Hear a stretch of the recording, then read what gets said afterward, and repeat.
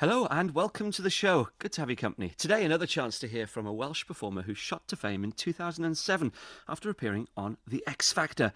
Rhydian was my guest in April 2009, and since then his career has gone from strength to strength.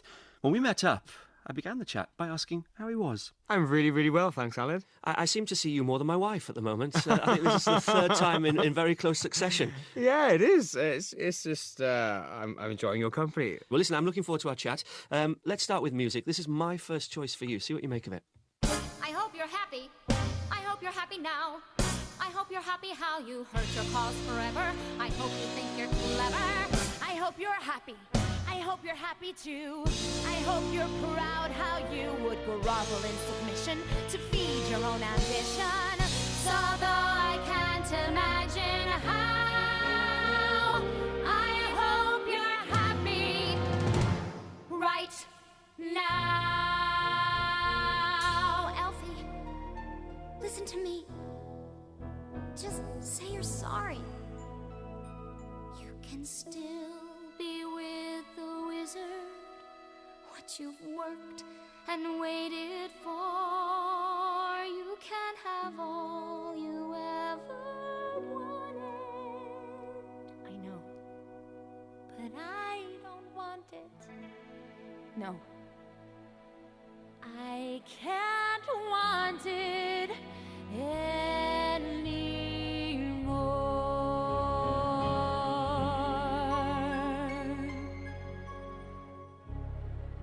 Something has changed within me. Something is not the same. I'm through with playing by the rules of someone else's game. Too late for second guessing. Too late to go back to sleep. It's time to trust my instincts. Close my eyes and leap. It's time to try defying gravity. I think I'll try defying gravity, and you can't pull me down. Can't I make you understand? You're having delusions of grandeur. I'm through accepting limits, 'cause someone says they're so. Some things I cannot change, but till I try, I'll never know. Too long I've been afraid of losing love. I guess I lost. Well, if that's love, it comes at much too high a cost. I'd sooner fight defying gravity. Kiss me goodbye. I'm defying gravity, and you can't pull me down. Glenda, come with me. Think of what we could do together. Unlimited. Together we're unlimited. Together we'll be the greatest team there's ever been. Glenda, dreams the way we planned them. If we work in tandem, there's no fight we cannot win. Just you and I defying gravity. With you and I defying gravity. They'll never bring us down. Well, are you coming?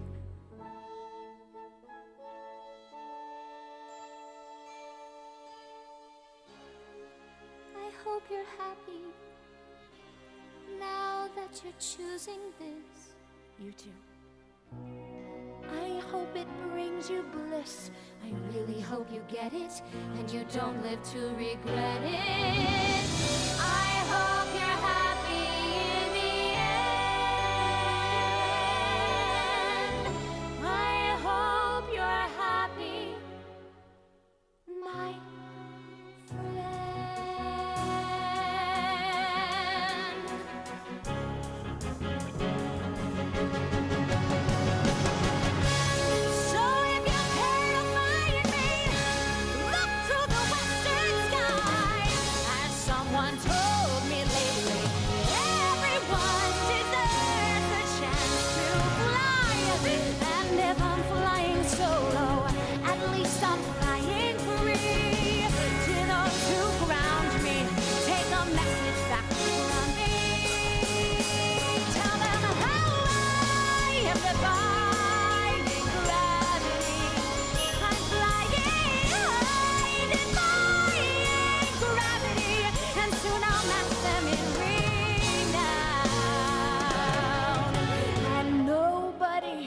in all of Oz. No wizard that there is or was is ever gonna bring me down. I hope you're happy.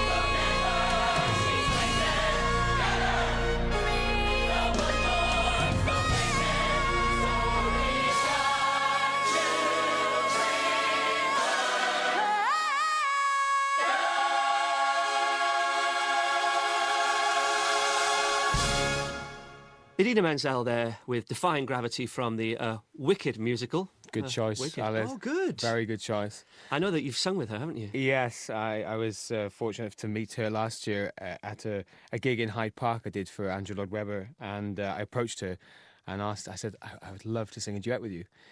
And she goes, I would so love to do that. And so she sang on my album, and which was fantastic because I saw her in Wicked, saw her perform that very song, and I was just blown away. She makes it sound so easy, but I actually tried to get my chops around that song as well. It's a big song. Believe it or not, I almost got to do a pantomime about 3 Christmases ago, but I damaged my Achilles, so it was probably the best thing that could have happened to me. But the first half ended supposedly with me climbing Jack's beanstalk singing I'm Defying Gravity.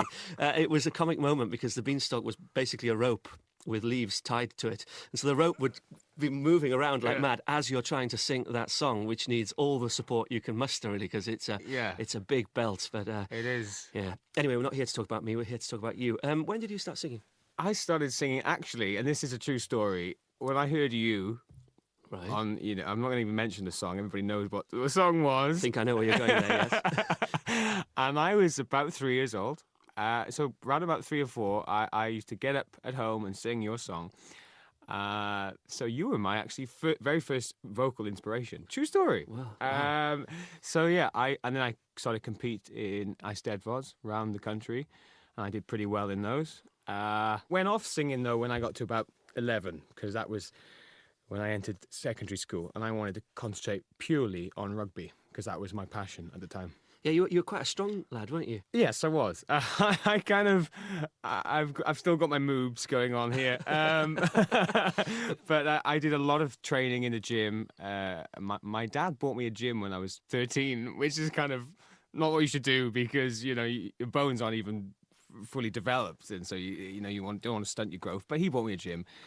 Mainly because I wanted one, and I used to train every day to get stronger in order to play better rugby. Yeah, I read somewhere that you were one of the strongest bench pressers in Wales as a teenager, apparently. As a teenager, yes. Apparently I was. People say, how do you know that? Well, there's some surveys made up from colleges, and I did a competition.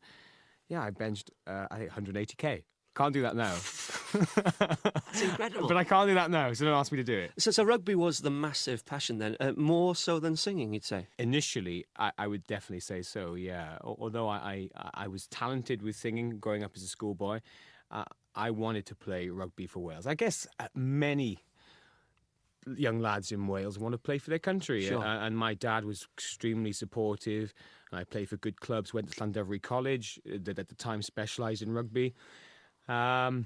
So yeah, and it just wasn't. My voice hadn't broken at the age of 11, So I didn't want to get up and sing in front of the boys like with my high pitched voice. So I went off it. But then my mum said, "Rhydian, will you come and see an opera with me?" I said, "What? Do I have to?" I reluctantly went to see Bizet's The Pearlfishers in Brecon, my hometown. I was blown away. I fell in love with it, and by that time my voice had broken at 14. So I went home, started mimicking a few of the notes and the songs I'd heard, the lines, and I had a voice. And my dad said, you should get that trained. So I did. It sounds to me like you've got a very close-knit family setup in Wales, and your parents have always been a great support to you. Exactly. In anything I do, they're always there by my side. Financially, growing up, as any parent would know, it's quite a strain. And they've no matter what I did, if it was judo, I did a bit of martial arts when I was growing up as well, rugby, singing, my schooling, they'd support me.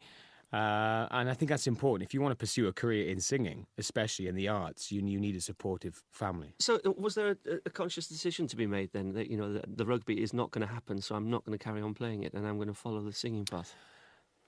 Well, it actually happened. I was forced out of the game through injury. I had a huge groin tear. Yeah, it sounds pretty painful, and it was. And it was recurring, and I tried to play on painkillers. It didn't help. I lost a lot of speed, a lot of fitness. But, big believer that everything happens for a reason. And it gave me more chance to concentrate on my voice and performing. And, if I hadn't have had that injury, perhaps I wouldn't be here now. Well, I'm finding it very difficult to get the vision of your groin tear out of my head, so I think we should listen to some music and go with your first choice. What is it? My first choice is a song that is quite unusual, but it's a fantastic song. My first choice is Awaiting You by Adam Guttell. I've never heard of Adam Guttell. Well, Adam Guttell is an American songwriter who's actually Richard Rodgers' grandson. So musical theatre is one of my passions, as many people know. And in my eyes, this guy is currently the most talented composer of contemporary musical theatre. And this is from his musical Myths and Hymns.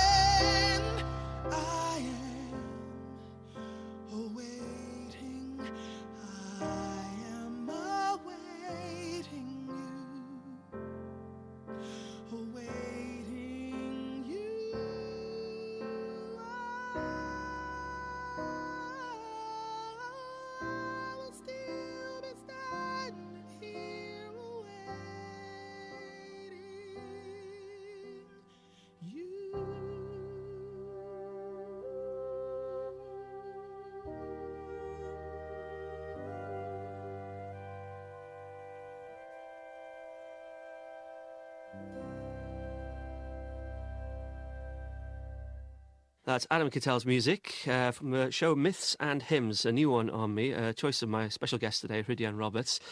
Incredible, and that guy Billy Porter singing it, wow. One of my favourite singers and performers It just takes the voice to a different level. I mean, Yeah. I don't know how he hits some of those notes like in chest. Unbelievable. He's not even singing those in falsetto. Sometimes. No, he isn't. That's the thing. How do you describe a voice like that? Because it's not kind of a tenor or anything like that. I'm not sure what it is. It's it's just off the spectrum. It's very, very soulful. I'm not. I mean, it's obviously safe because he's been singing for years and years and years and still is. Yeah, you sound like it does sound sometimes that you worry for him. You think, wow, you're damaging yourself. Incredible. Exactly. Yeah. We were talking about you growing up in Wales. You're also quite academic. You were head boy, weren't you, at school? Yes, I was. But I mean, whether my school was great at academia when I was there, as I said before, it was predominantly a rugby playing school. Right. But yeah, it was an honour and a privilege to be asked to be head boy. And I had 7 very memorable years at Llandovery College. Before we talk about your years at Birmingham, in the Birmingham City University Conservatoire, you took a gap year, and interestingly, you went to teach in South Africa. Yeah, many of my friends went on a gap year and said you should really try this out, and if there's any time to do it, that's the year before university. And initially, I was going to go to New Zealand. That fell through. I was disappointed, but then my headmaster at the time, Peter Hogan, said, well, I've got this place in South Africa for you to go, in Pretoria. My job entailed it was general gopher stuff. I was in a private school, coaching rugby, Right. cricket in the summer, helping out with drama and music lessons, driving the kids around if they needed to be. But then what it gave me is a chance to tour the whole of Southern Africa during the holidays, because these private schools have like loads of months off for summer holidays. Mm-hmm. So I went to Botswana, Namibia, Zambia, went on the Zambezi River, whitewater rafting with the Victoria Falls behind me. Wow. Yeah, awesome. What a thing to do on your gap year. Yeah, I highly recommend it because I learned a lot about myself as well. You have to become more independent. Your mum and your dad aren't there. Complete culture shock. And also it gave me a year of singing with a very, very good teacher, a guy called Stefan Lowe, a tenor out there. And that's when I really realised the singing was for me.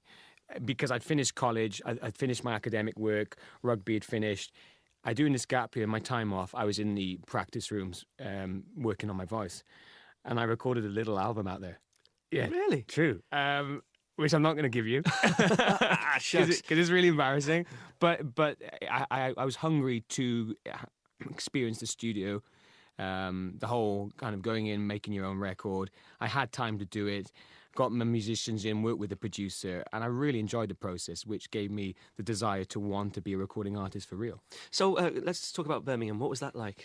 Oh, well, I went to Birmingham by accident, really, because on my gap year, I didn't have a place at university because my intention was to go to drama school.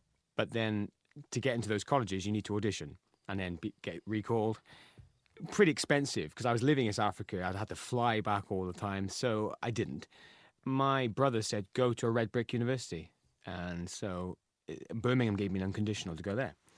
So I went, was studying drama. It was very academic, though. I mean, there was no practical side, really. Right. I was like, oh, this is really... Because I'm a very hands-on kind of guy. And I was a bit peeved and thinking, is this really what I want to be doing? I had a great freshers year and met loads of people, but I wanted a more practical course. I said, I really need a singing teacher. They said, the best singing teachers get together at the conservatoire in city centre. So I went to the conservatoire and the head of vocal studies, Julian Pike, heard me sing and said, I'd love you to come here. I was like, really? To do music course? Never thought that would be the case. They gave me a scholarship and so I went there. It was the best thing I could have done. But you were singing kind of quite big roles, weren't you? So, Carmen and all that sort of business? Well, I was very fortunate because I was performing in professional theatre and operas whilst doing my degree, which was great because it gave me that added experience of performing professionally and also working with great people. I remember doing Carmen, as you said, in the Symphony Hall with the CBSO, and Sakari Ormaro was conducting. Doesn't get much bigger, really. No, and I was 19 years old, so yeah, I was very, very fortunate. When you read up about you, as I have done, it seems to me that you could have very easily followed that operatic path. Yeah, and Aled, in all honesty, my intention was to keep on going down that path no matter what. So had I not gone into X Factor, I would still be at college doing a postgrad in classical opera singing, no doubt. Because I think opera singing is technically, it's kind of, that's the optimum. You know, I think that these guys, I have so much respect for them now that I can go to an opera and sit back and just enjoy what they're doing. Such hard work. I mean, the language they have to study, the diction, the legato line singing, there is a technique you stick to. Certain things you can't do in opera, which I found quite frustrating. Because sometimes I want to put a certain inflection on a note or a word, which is forbidden in opera. I was like, why? So luckily, I can do that now because I do my own style of singing. But yeah, if I didn't go into X Factor, I would still be pursuing a career in opera. Well, listen, we're going to be talking about musical theatre and, of course, X Factor. You expect that a little bit later on. But first, my next music choice for you, and this is where the worlds of pop and opera, if you like, really collide in a beautiful, beautiful way. Barcelona, Barcelona.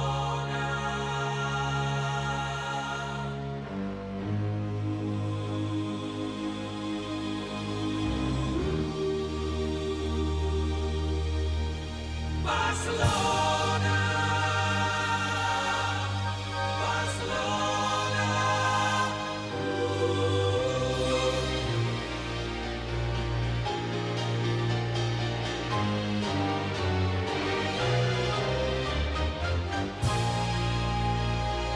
Viva!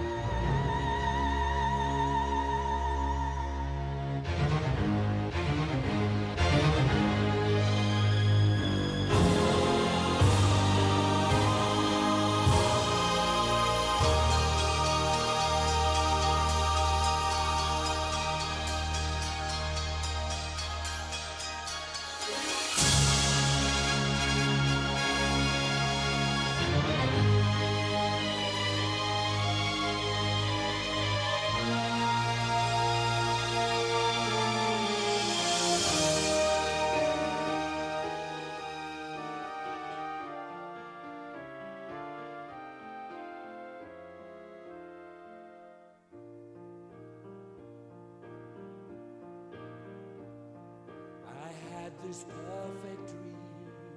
Sueño me volvió. This dream was me and you. Hay veces tras el I want all the world to see. instinto me guiaba. Miracle sensation, my guide and inspiration. Now my dream is slowly coming true.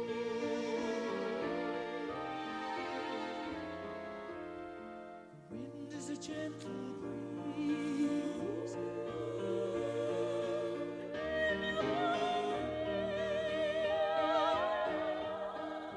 The bells are ringing out.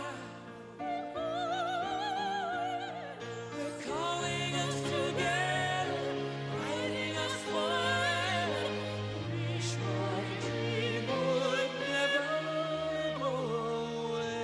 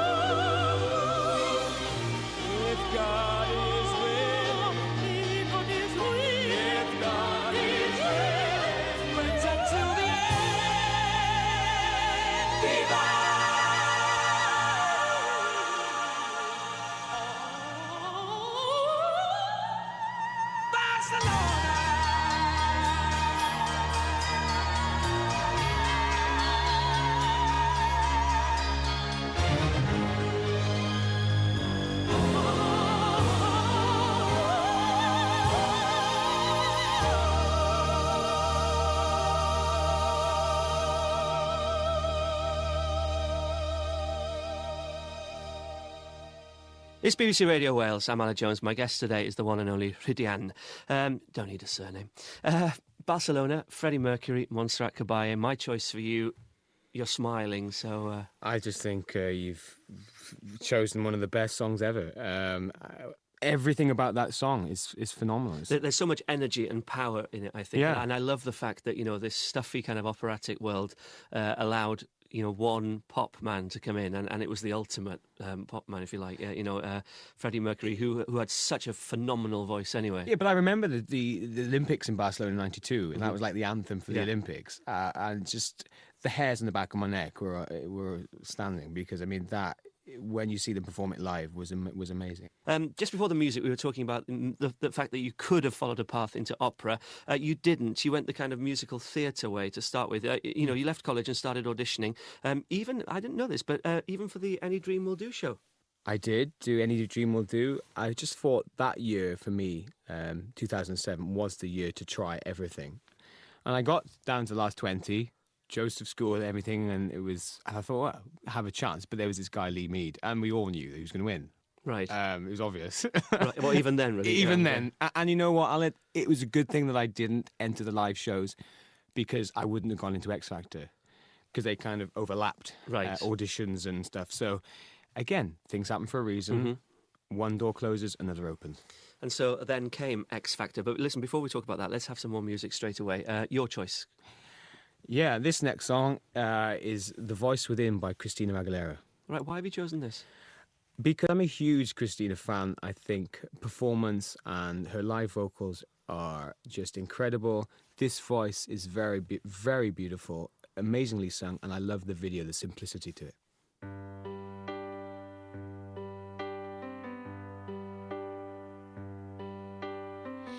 Young girl, don't cry. I'll be right here when your world starts to fall.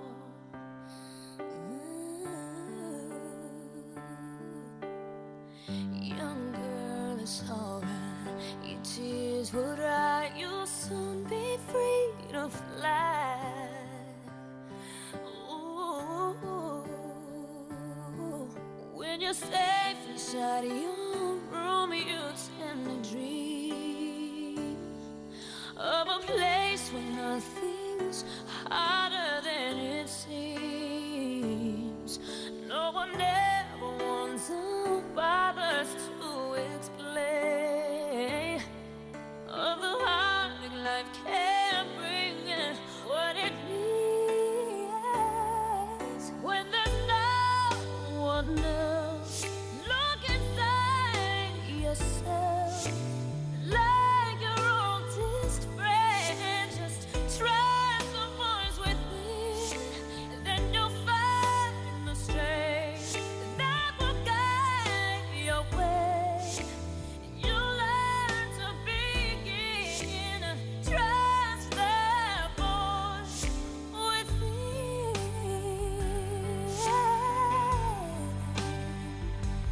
Oh, young girl, don't hide. You'll never change if you just run away. Ooh, oh, yeah. Young girl, just hold tight. Soon you're gonna see your brighter day. Oh, now in a world where innocence is quickly claimed, it's so hard to stand your ground when you're so afraid. No one reaches out there for you to hold when your love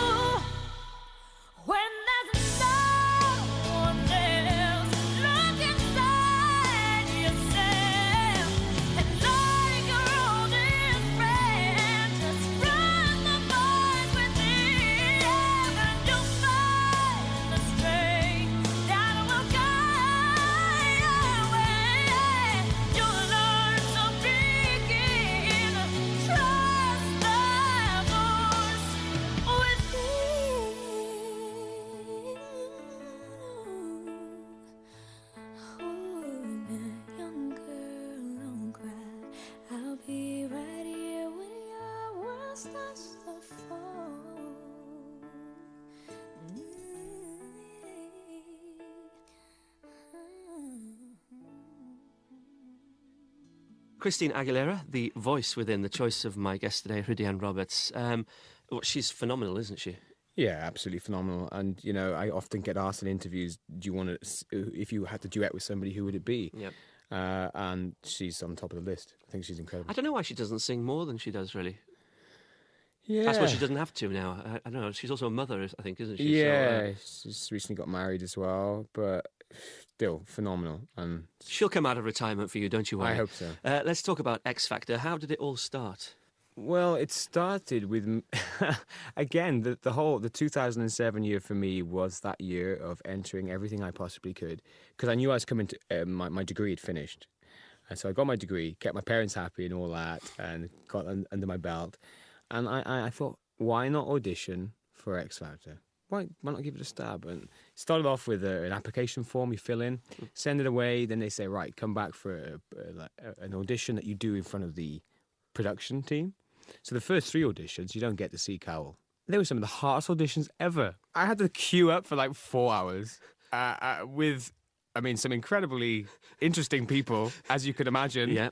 I auditioned in Birmingham as well because I was studying there. And I was slightly embarrassed, I've got to be honest, because you never know who you're going to bump into. No. And you think, you don't want them to go, oh, what are you doing here? I'm like, especially if you get like voted out. That was the biggest fear. It's a pride thing. I shouldn't. I can imagine though, if you're in that queue and somebody comes up to you and says, "I'm sure I saw you in the Carmen production in Birmingham Symphony Hall with Zachary Oromo." Well, that was the risk, and I kind of kept it under wraps. I didn't want to tell anybody, especially the people I was studying with. Deep down, I knew it was the right thing to do. Completely. I didn't tell my parents. Oh right. No, I didn't until right when I had to. You're then embroiled in a massive, massive show. Your life must have changed completely. Yeah, for a very short period of time. Even down to having Danny Minogue as a mentor, you know? Well, yeah, I mean, it could be worse. I remember the first time I met her at the X Factor house. She came and we had a chat with her, and she was lovely, which was reassuring because initially I knew that she didn't really take to me much because she thought, well, you're not a pop singer, and she's very much a pop act.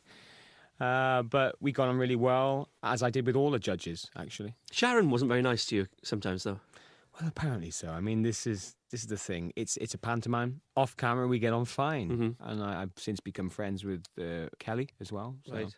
And did you choose the material? I had quite a big say in what I did, and luckily I had Danny, because she's quite camp in her tastes and everything, and I did get the party started, which was her choice, and I'm really, really grateful to her for suggesting that song, because I would never have thought of that. And so people saw me in a different light, and I got the chance to wear the silver sequin, the fur coat. It was outrageous, but there's part of me which is a showman. I think it's important to be entertained, especially on live primetime Saturday night TV. Yeah. You don't want to be like wallpaper to watch. And so, yeah, I enjoyed every moment. It was pretty, I don't know if it's shocking, exciting, whatever, when you did walk out in that suit and that jacket. You know, you certainly got everyone's attention. What I love is that around that time, I read in the newspaper that people were going to the hairdressers and asking for a Rhydian. Oh well. I guess imitation's the best form of flattery. Let's talk about the final, but just beforehand, my choice of music for you. This is a duet from a musical called City of Angels. I don't know if you ever saw it. You're probably too young. No, I know City of Angels. Love it. Yeah, well, it's Roger Allam, one of my favourite musical theatre singers, and Henry Goodman. He's not bad either. You gonna cave in? You're gonna rewrite the script just to stay on the good side of Buddy? Do it just for him? I wouldn't have believed it. You wouldn't have believed it. Is that what you said? You wouldn't have believed it? You? You are some gumshoe, you just don't think well. Get this dumb gumshoe, you come from my inkwell. Is your mouth lonely with 1 foot in there? Stone, your brain only holds thoughts I put in there. Just what you are, I'll spell out. You are a novel pain. 1 speck of lint that fell out the last time that I picked my brain. You are so jealous of my track record. Tolstoy, do tell us your feeble hack record. Your soft and unstable. One small thread and you fold like a card table. You drool at my adventures. Your broads in bed aboard. Go home and soak your dentures. Your pen is no match for my sword. You're nothing without me, and no one who'd go undefined. You wouldn't exist, you'd never be missed. I tell you, you're out of my mind. A show off, a blowhard. You're equal parts hot air and gold, and no one would doubt me. Without me, you're nothing at all. You're in my plot, I'm still your creator. I call each shot, I'm your private dictator. You are so thick, you eat, breathe, sleep fiction. I'm your meal ticket, knee deep in cheap fiction. You gloating ignoramus, you haven't any shame. Hey, I'm a famous shameless, and most people don't know your name.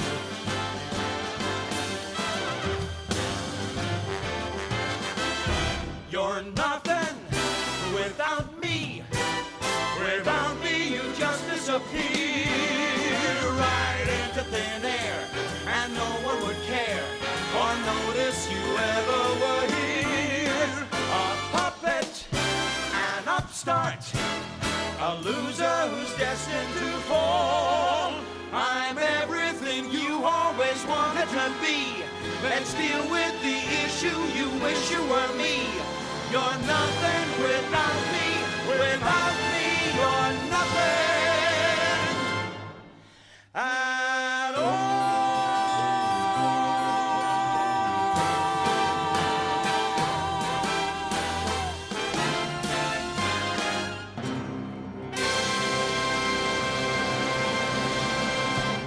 And apparently he did go for the top note in matinees as well. Roger Allam and Henry Goodman and You're Nothing Without Me from the City of Angels. Yeah, another great choice. I mean, two fantastic performers in musical theatre. I mean, Roger Allam, he was the original Javert, wasn't he? Yeah, that's right. Yeah. In Les Mis. And like you'll know as well as I do that performing a song like that with that big bandy feel in the pit is nothing like it. It's like an adrenaline rush, and yeah, we should do that together, Pat. That'd be great, Yeah, wouldn't it? yeah. Well, let's do that. Maybe when Lloyd Webber's 70 or something like that. That'll be the next big concert, won't it? Probably. Let's talk about the final of X Factor. You came second. Everyone knows that. Were you disappointed? Yeah, on the night I was, because I think you're in a competition to win it. There's no point being in a competition and fooling the audience who are ringing for you to win. They're ringing up and spending their money. So I felt that I let the fans down, and the assurance of getting the contract was perhaps passed me by. But looking back, it was probably the best thing that ever happened, because coming second gave me more freedom to do my own thing. I had a almost better contract in the end. Work with the people I wanted to work with. I'm making a second album. Life has a funny way of working out, and yes, I was disappointed, but it worked out better for me. Yeah, because the album was and is a huge, huge success. What I love also is the story that you've had letters from Gordon Brown, Prince Charles afterwards. Yes, who would have thought? I guess these guys are briefed, but the content of their letters were really touching and really encouraging. And I've met Prince Charles a couple of times, and he asked me to be an ambassador of his charity, the Prince's Trust, which was a great honour, and I do a lot of concerts for them. Now tell me, is this true, or is this record company spin that the next day after the final of X Factor, Simon Cowell rings you up and offers you the record contract and says, you're going to have a great Christmas? That's a true story. He rings me up the very next day and on an unknown number, so I didn't know who it was. I go, hello? Quite down in the dumps. Yeah. Rhydian, it's Simon Cowell. and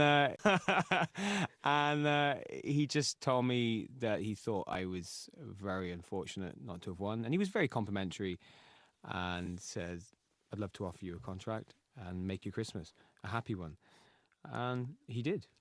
That sounds so sort of, have a great Christmas, Rhydian. You can imagine Simon Cowell actually saying that. He's a man of few words, Yeah. very, very to the point. But they're very powerful Yeah, words. yeah. Let's talk about the whole process of making the album. You were America, Sweden, all over the place you were recording it, weren't you? Yes, predominantly in America, in Los Angeles and in Nashville, Tennessee, with Desmond Child and Walter Afanasieff. Were you constantly pinching yourself? Oh, yeah, completely.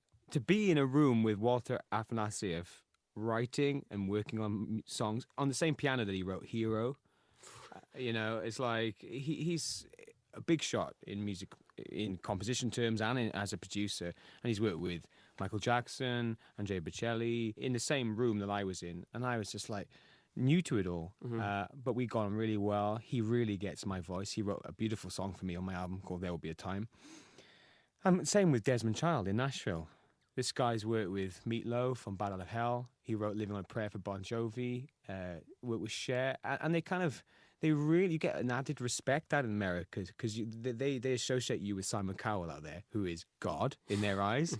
And so you get treated like a prince. It's unbelievable by these people who are huge names in production terms out there. So I had great times in America. I also spent a lot of time in Sweden, which I love. And then I went to Iceland to record a video for my title track, which is, not title, my lead track, Impossible Dream. Well, listen, I think we should hear something from the album. This is my choice for you, an album that went platinum and will continue to sell forever, I think. I thought we'd probably listen to The Prayer. Is that all right? Yeah.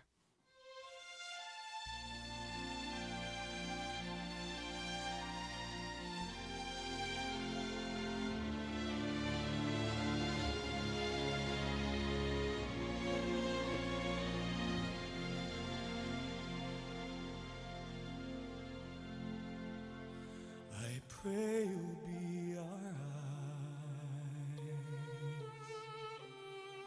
and watch us where we go and help us to be wise in times when we don't know. Let this be our prayer when we lose our way.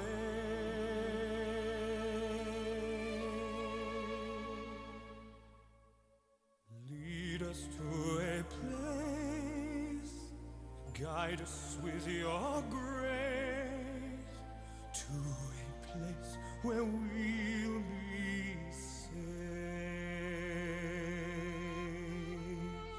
I pray we'll find your light and hold it in our hearts. When stars go out each night, remind us where you are. Let this be our when shadows fill our day.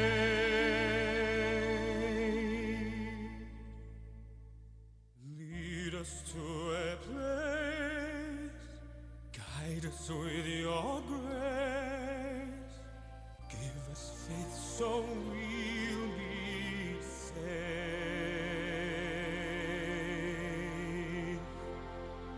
A world where pain and sorrow will be ended, and every heart that's broken will be mended. And we remember we are God's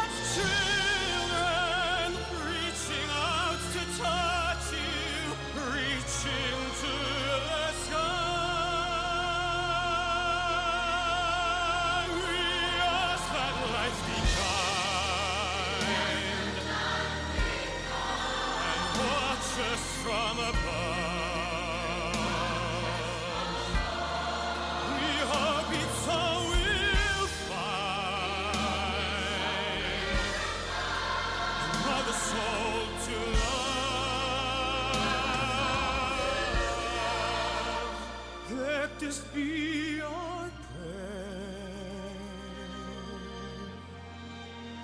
Just like every child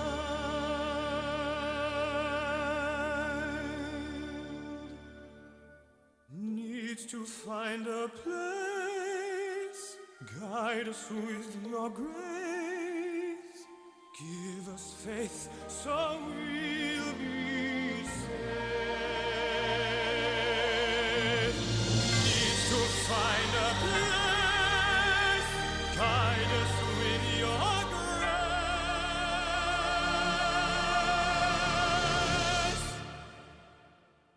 give us faith so we'll be saved.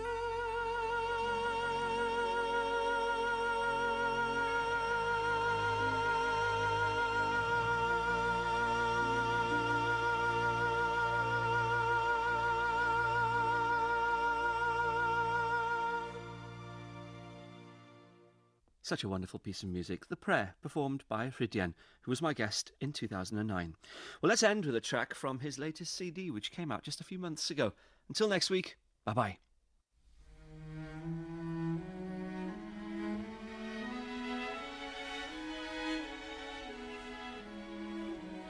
Oh, Danny boy, the pipes are calling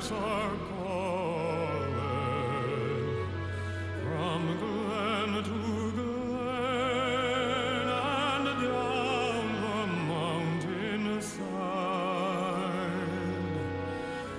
The summer's gone and all the roses died. 'Tis you must go and I must bide.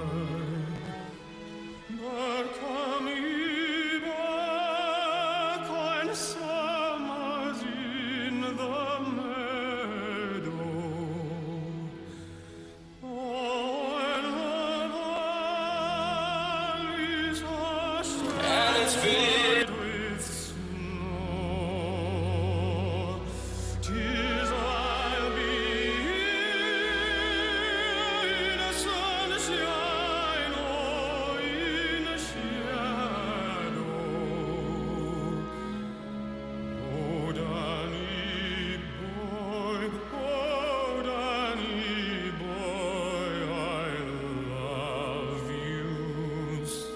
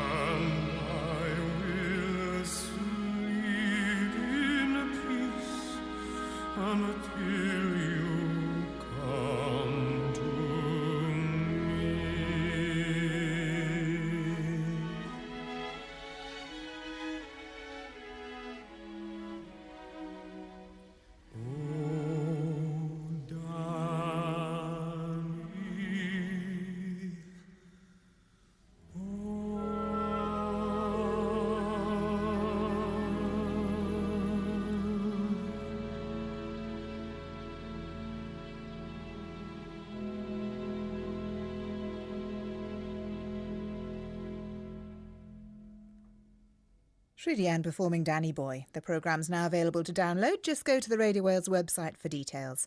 And next Sunday, there's another chance to hear Aled's musical conversation with actor Sheila Hancock. Best of Wales coming up in just a moment.